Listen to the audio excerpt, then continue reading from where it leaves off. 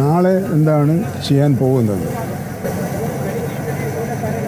ഇതൊരു time table പോലെ ഒരു സമയബന്ധിതമായി നിശ്ചയിച്ച് അവ ഓരോന്നോരോന്നായി ചെയ്തു തീർക്കുന്ന കുറേ കൂടി ശ്രദ്ധാപൂർവമുള്ള പ്രവർത്തനത്തിലേക്ക് അവർ നീങ്ങിയിട്ടുണ്ട്. So they have decided to move how to move in every day. This evening they are sitting together. That means officials only sitting here. They will discuss the net result of the day's effort and all that things. Then they plan tomorrow's program. So then only they can decide that they are doing perfectly. Then അവർക്ക് വേണ്ടത് ഇതൊന്നും രഹസ്യമായി വെക്കണമെന്നൊരാഗ്രഹവും അവർക്കില്ല. എല്ലാം സുതാര്യമായിരിക്കണമെന്ന് അവർ ആഗ്രഹിക്കുന്നുണ്ട്. പക്ഷെ അങ്ങനെ അനുവദിക്കുമ്പോഴും ഇവിടെ നടക്കുന്ന റെസ്ക്യൂ പ്രവർത്തനങ്ങൾക്ക് തടസ്സമുണ്ടാകുന്ന ഒന്നും അനുവദിക്കാൻ പാടില്ല. മാധ്യമങ്ങൾക്കായാലും ആർക്കായാലും വാർത്തകൾ കൊടുക്കാനുള്ള താല്പര്യം ഉണ്ടാകുമ്പോൾ നല്ലത് തന്നെയാണ്. പക്ഷേ നമ്മുടെ പ്രധാന ലക്ഷ്യം മറന്നു പോകാൻ പാടില്ല. പ്രധാന ലക്ഷ്യം ഈ റെസ്ക്യൂ പ്രവർത്തനം നടത്തുകയും നാം ആകാംക്ഷയോടുകൂടി കാത്തിരിക്കുന്ന അർജുനൻ്റെ കാര്യത്തിൽ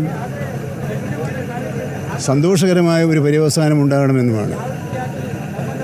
ഇന്നവർ ചെയ്തത് രാവിലെ പറഞ്ഞതുപോലെ നാവികസേനയുടെ സഹായത്തോടുകൂടി പ്രാദേശിക അറിവുള്ള മുങ്ങൽ വിദഗ്ധന്മാരെ എക്സ്പേർട്സിനെ കൂടി പങ്കെടുപ്പിച്ചുകൊണ്ടും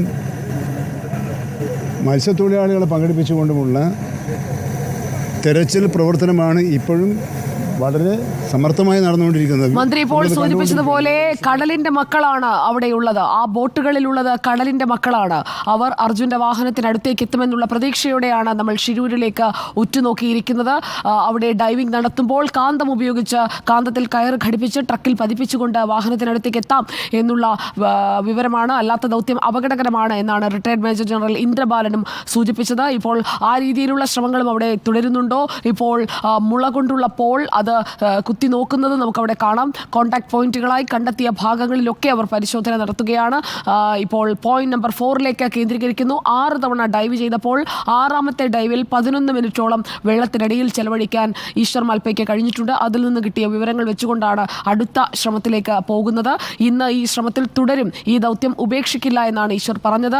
അതുകൊണ്ട് തന്നെ നദിയിൽ കൃത്യമായി കുത്തൊഴുക്കുള്ള ഭാഗത്ത് സുരക്ഷ ഉറപ്പാക്കിക്കൊണ്ട് ഒരു സംഘം നിലയുറപ്പിക്കുന്നു. അതോടൊപ്പം നദിയിൽ ആ രൂപപ്പെട്ടിരിക്കുന്ന മൺകൂനയ്ക്ക് മുകളിൽ SP-യും MLA-യും ഒക്കെ അടങ്ങുന്ന സംഘവും ഉണ്ടായിരുന്നു. ഈശ്വർ മാൽപ്പയുടെ അടുത്ത ദൗത്യം, അടുത്ത ഡൈവ്, അതിന് മുന്നോടിയായിട്ടുള്ള സുരക്ഷയെല്ലാം ഒരുക്കുകയാണ്. കാരണം കടലിലേക്ക് പോകുന്ന ഭാഗത്തോടടുത്താണ് ഈ നദിയുടെ ഒഴുക്ക് ഏറ്റവും ശക്തമായി മാറുന്നത്. അതുകൊണ്ട് തന്നെ മുങ്ങൽ വിദഗ്ധന്മാരുടെ സുരക്ഷ ഉറപ്പാക്കേണ്ടതുണ്ട്. അടിയൊഴുക്ക് കൂടുതൽ ശക്തമായി വരുന്നു. അതും നമുക്കൊരു വെല്ലുവിളിയാണ്. ഏറ്റവും പുതിയ ദൃശ്യങ്ങൾ അവിടെ നിന്ന് തത്സമയം എത്തിച്ചുകൊണ്ടിരിക്കുകയാണ് നമ്മുടെ വീഡിയോ ജേർണലിസ്റ്റുകൾ.